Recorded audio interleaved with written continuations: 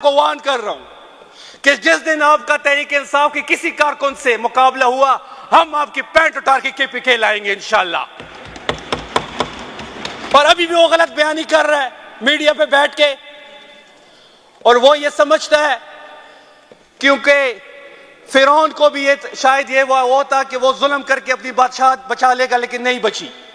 Yazid का भी एक मुतालबा था कि आप सर झुका दें, लेकिन हुसैन ने सर नहीं झुकाया। हम उसके मानने वाले हैं, हम इस जुल्म के खिलाफ खड़े हैं और खड़े रहेंगे।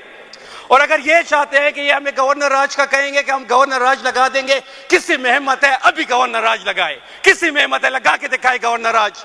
हमने 9 मई में इनका मुकाबला किया है, हमने फौज का मुकाबला किया है, हमने रियासत के हर इदारे का मुकाबला किया है, हमारे घरों पे रेड्स हुए हैं, हमारी फैमिलीज को उठाया गया है, हमारी गाड़ियां तोड़ी गई हैं। ये हमें गवर्नर राज से डराते हैं? हिम्मत है तो लगाए गवर्नर राज।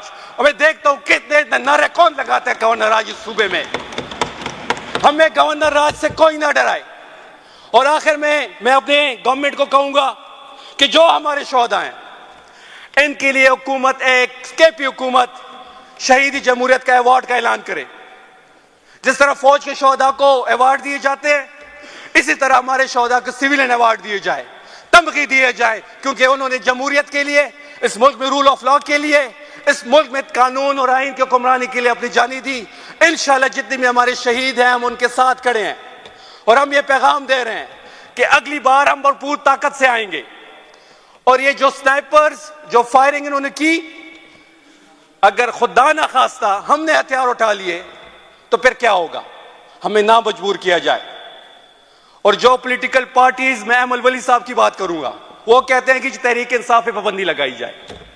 अब बलोचिस्तान से एक सेनेटर कहता है कि पख्तूनख्वा में PTI की हुकूमत है, उस पर पाबंदी लगाई जाए। पहले तो उसको शर्म आनी चाहिए कि आप बलोचिस्तान से सेनेटर मुंतखब हुए हैं, आपको क्या हक है पख्तून की बात करने पे? वो ये कह रहे हैं कि PTI पर पाबंदी लगाई जाए। अब उनको PTI पर पाबंदी का मकसद नहीं है, वो बेचारे PTI से जीत नहीं सकते।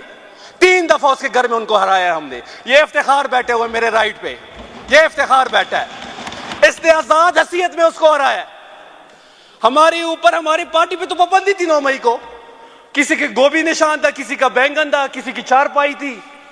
इसके बावजूद उस शख्स को हमने हराया। और मैं उसको चैलेंज कर रहा हूं, पिछली बार भी चैलेंज किया, अब भी चैलेंज कर रहा हूं कि आप आए मैदान में, हल्का आप मुंतखब करें, KPK का कौन सा भी हल्का हो आप मुंतखब, बल्कि पूरे पाकिस्तान में कोई भी हल्का आप मुंतखब करें, हम आपके मुकाबले में आम तहरीक इंसाफ का वर्कर खड़ा करेंगे और इंशाल्लाह शिकस्त आपका मुकद्दर बनेगी। आखिर में जनाब स्पीकर,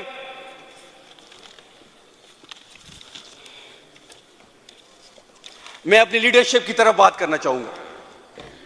हमारे एक लीडर कहते थे कि जो इमरान खान साहब की कॉल पे नहीं निकलेगा तो वो जहन्नम में जाए। और बदकिस्मती से वही बंदा उसी सुबह CM हाउस KP में मौजूद था और वो इमरान खान की कॉल पे नहीं निकला। तो मैं उसको यह पैगाम दे रहा हूं कि तहरीक इंसाफ के नौजवानों की तरफ से आप जहन्नम में जाए। अब इंशाल्लाह जो लोग फाइनल कॉल पे नहीं निकले, हम उन पे भी बात करेंगे, हम पार्टी के अंदर भी बात करेंगे, हम फ्लोर पे भी बात करेंगे, क्योंकि यह तहरीक अब तहरीक इंसाफ के वर्कर्स की नहीं रही, ये तहरीक पूरे पाकिस्तान की है। और जो लोग तहरीक इंसाफ के अंदर रह के इस तहरीक का हिस्सा नहीं बने, हम उनके नाम लेंगे, हम उनके नाम अपने पार्टीज की मीटिंग्स में भी लेंगे, फ्लोर पे भी लेंगे, क्योंकि तहरीक इंसाफ ने अपने शोहदा दिए हैं, 100 से ज्यादा शोहदा हमने दिए हैं। अगर कोई इस कॉल पे भी नहीं निकला तो उससे हम और क्या उम्मीद रखें? इंशाल्लाह हमारे जो 100 शोहदा हुए हैं इनके लिए हम अवार्ड्स का ऐलान भी करेंगे, और हम अपने शहीदों के साथ खड़े हैं। इंशाल्लाह इनका खून रायगा नहीं जाएगा। पाकिस्तान में तहरीक इंसाफ की हुकूमत आने वाली है, और जो सरकारी अफसरान किसी के हुक्म पे गोली चलाई है या कोई और ऑर्डर उन्होंने ओबे किया, इंशाल्लाह इनकी पकड़ भी आएगी, और तहरीक इंसाफ की जब गवर्नमेंट आएगी इनको हम इबरतनाक शिकस्त